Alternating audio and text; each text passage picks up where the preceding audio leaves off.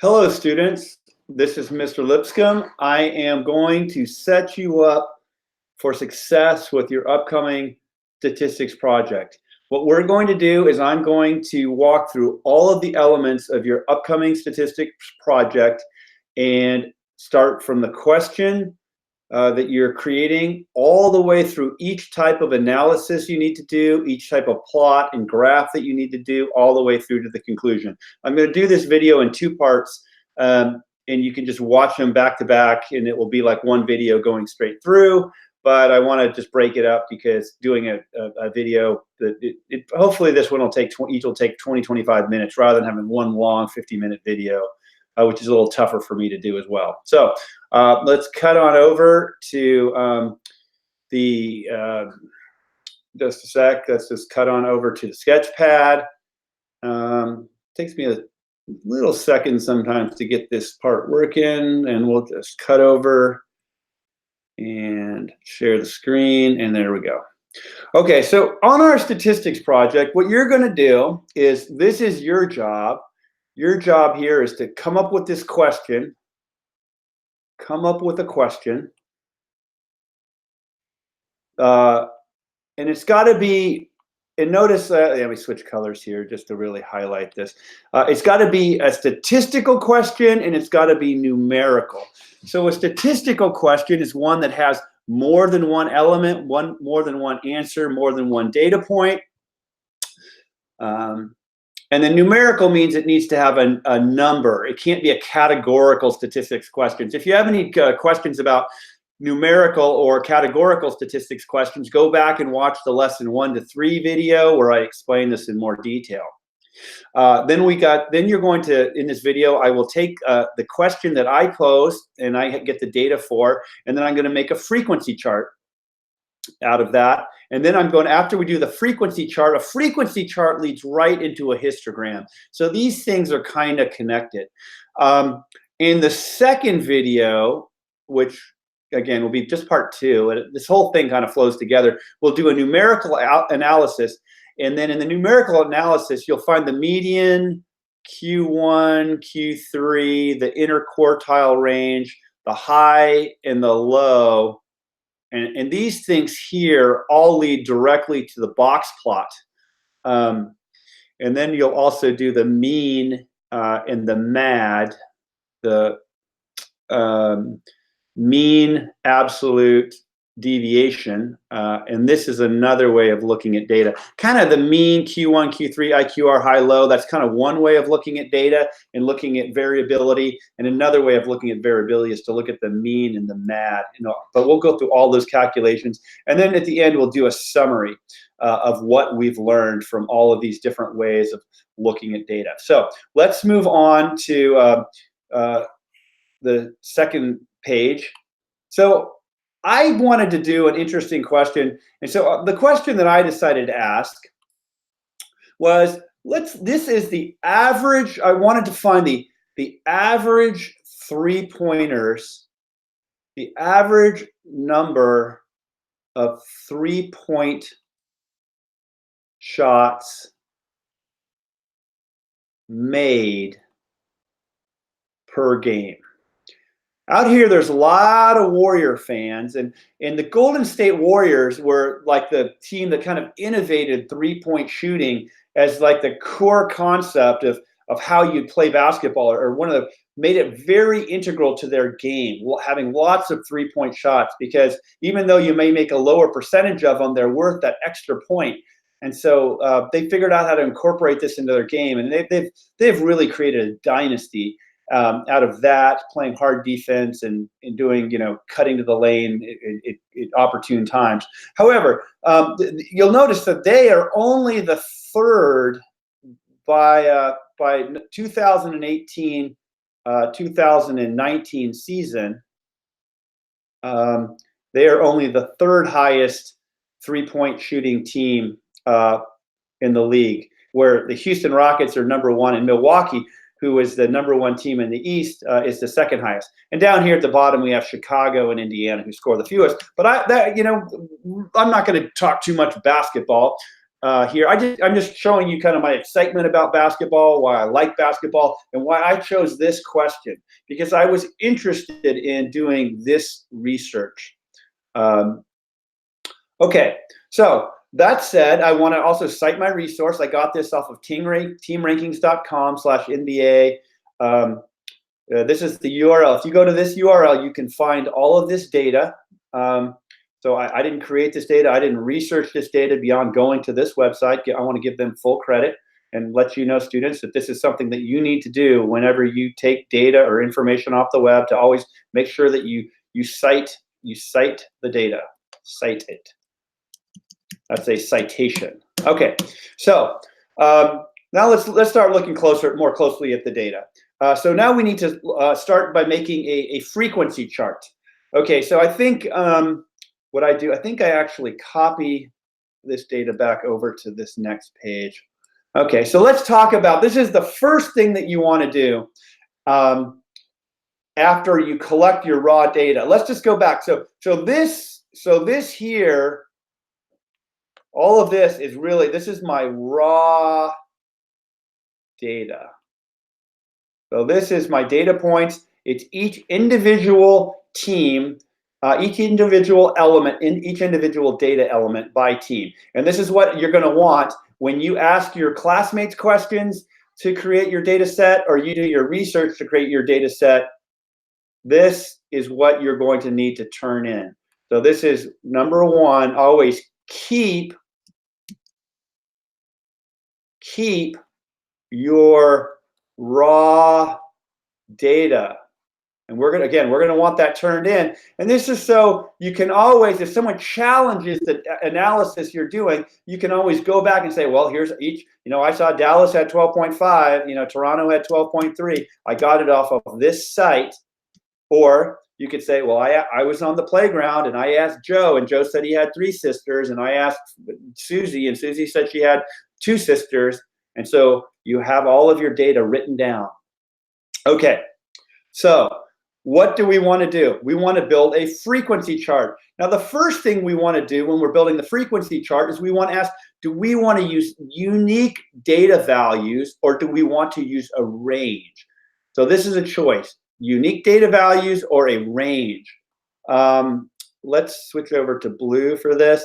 And so the question here is like, well, do I want my values? If I had individual values, I'd have something like this. I'd have one of those, one of those, one of those.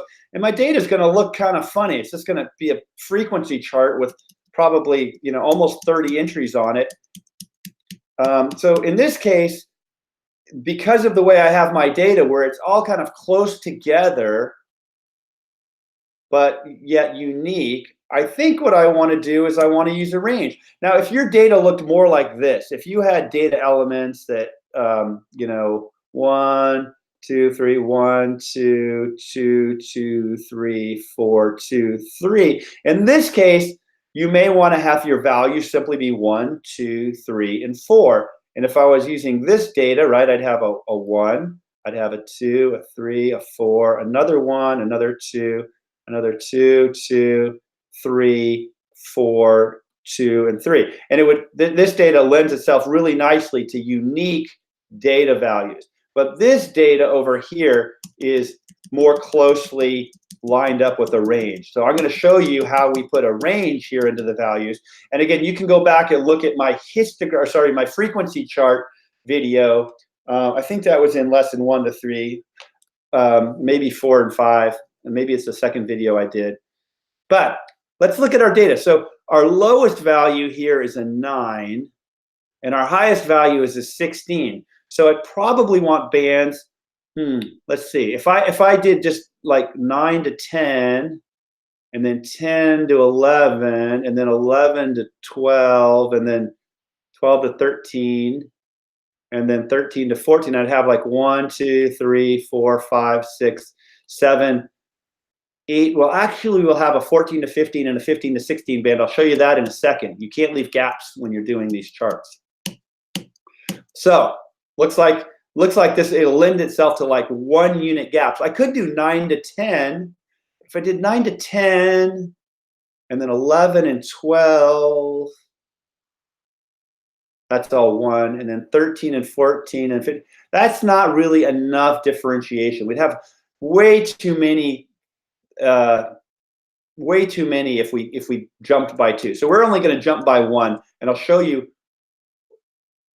what I mean. So here we're going to use ranges. So we start with 9, say the lowest value, and we're going to say everything between there and everything up to but not including 10. So that looks like this: 9 through numbers less than 10. Let me actually make this really painfully clear, and let me use like orange in the middle. So we'll make this dash here. Dash, dash, dash, dash, dash 9, 10, 11, 12, 13, 14, 15, 16. So it's going to look like this. So 9 to everything less than 10, 10 to everything less than 11, 11 to everything less than 12, 12, 13, we'll do it like this, 14, 15, 16, less than 13, everything less than 14. And again, if you don't, you can always fast forward these videos, maybe 20 seconds to see me just kind of fill out charts like this if you don't want to listen to me talk over it. So let's find everything from 9, and it's neat. This data here is ordered, right? So we have all of this data in order. You might collect your data and it may not be in order. So if it wasn't in order, you'd have to you'd line it up like 9.1, 9.5, 9.6. But I kind of don't need to do that because I already have all the data written down in order in this chart. So let's see, we have 1, 2, 3, 4, 5 here. Let's see, 1, 2, and for 10 we have 1, 2, 3, 4, 1, 2, 3, 4, 5, 6, 7, 8, 5, 6, 7, 8. See, I'm just doing tallies. 1, 2, 3, 4, 5, 6, 7, 8. And for 11, I have 1, 2, 3, 4, 5, 6, 7. For 12, 1, 2, 3, 4, 5, 6. 1, 2, 3, 4, 5, 6. 13. And then notice nothing for 14 through 15, but I have to leave a gap. I can't leave a gap here. So this is ultimately just going to be blank. 15 to 16 is a blank, and I have one of these, which is Houston. Okay, so the frequency here, we have 5, we have 8, we have 7, 6, 3, and 1. Now this better add up to 30 because there's 30 data points. So let's see, 5, so there's 13, 20, 26, 29, 30, which is good. All right. So that's our frequency. Now our relative frequency, remember the relative frequency is the frequency divided by n. So n, our n here is 30. Remember, n is the magic variable that represents how many data points I have. It's just it's not M, it's not Q, it's not R, it's N. It's the magic statistical, it's the statistical variable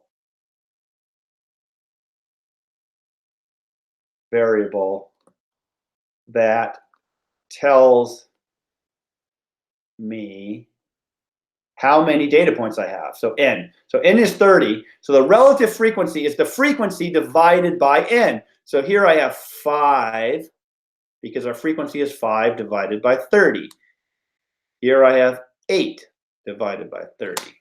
So I'm going to get out my calculator. We can use calculators on our project. And here we have 16.7%. Here we have 8 divided by 30, which is 26.7%.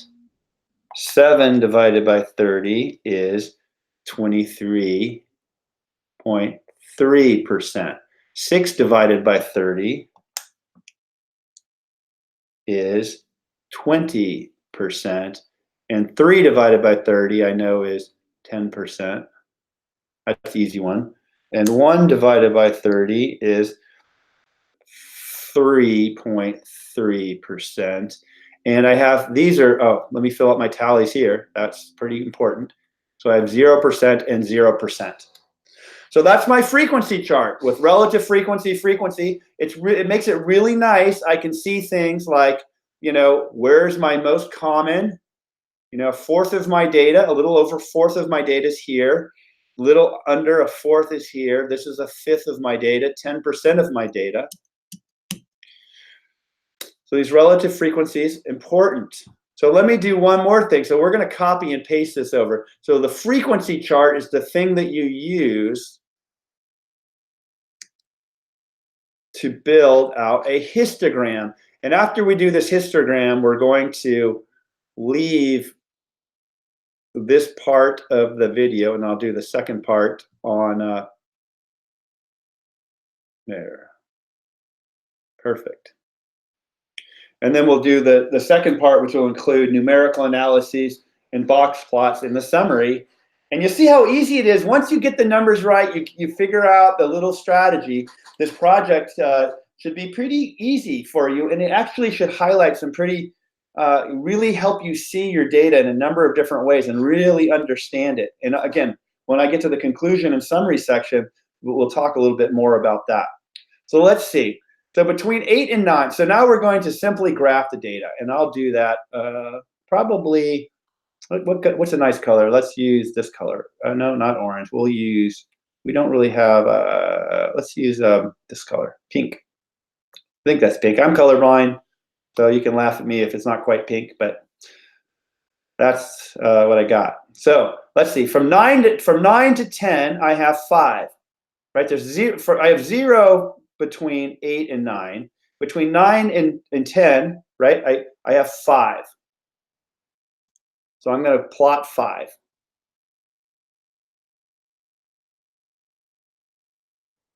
And I'm going to draw this line down. And again, you're going to do this with rulers and straight edges. That's going to make it really sharp. So that's 5. And so again, the way you read a histogram is everything between 9, but not including 10. It's everything right up to 10, but not including 10 on this part of the range. Then I have an 8. Between 10 and 11, I have 8. A lot of data points in there.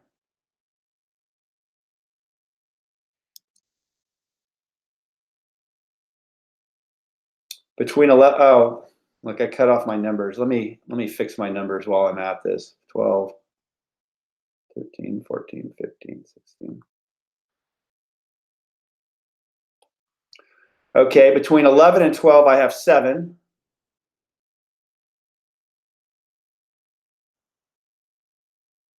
(12 and 13, I have 6. Kind of an interesting shape here. Between 13 and 14, I only have 3. I have nothing from 14 to 15 and 15 to 16. I have this one outlier, Houston Rockets. Wow, look at them. So where's most of my data? Most of my data is pretty well spread out right in here. And that's what my histogram shows me. I say, well, where do most teams shoot their, what's the average number, or what's really a good representation of the number? You could say it's between, you might say it's between 9 and 13. They're all pretty high. You might add these together, because here you'd have 26, 23, and 20% of all of the numbers right in here. That's a good, that's a good 69%. If you added this one in, you'd get another 20%, and then you'd have really 89%. You'd have, that's almost everything in here. And you'd have a few, really outlying teams. At Houston, way outlier out here. And right in here is my, a lot of Warriors and Milwaukee Bucks, and I forgot who the other team was. So anyway, so yeah, so your data may be more spread out. This is, you would say that this is actually, if you can, now you can start talking about this data. You would say that this has, kind of a low variability. Really, it's a low variability. It's kind of, because it's compact. The data is pretty compact right in here. You might say, it's also skewed right. Right? It's skewed right because there's outliers to the right, but not to the left. Right? We have our outliers are up to the right. We don't have any outliers to the left. So this graph is skewed to the right. Okay, yeah, so again, my data has low variability and it's skewed right. That's our histogram. And now we're going to go, let's see, we're going to go back to here. And then I'm just going to exit this video, but we're going to pick right back up with the histograms. I wanted to, again, make this in 2 parts. So I'm going to stop the broadcast, but I'll be right back, and it'll be like that.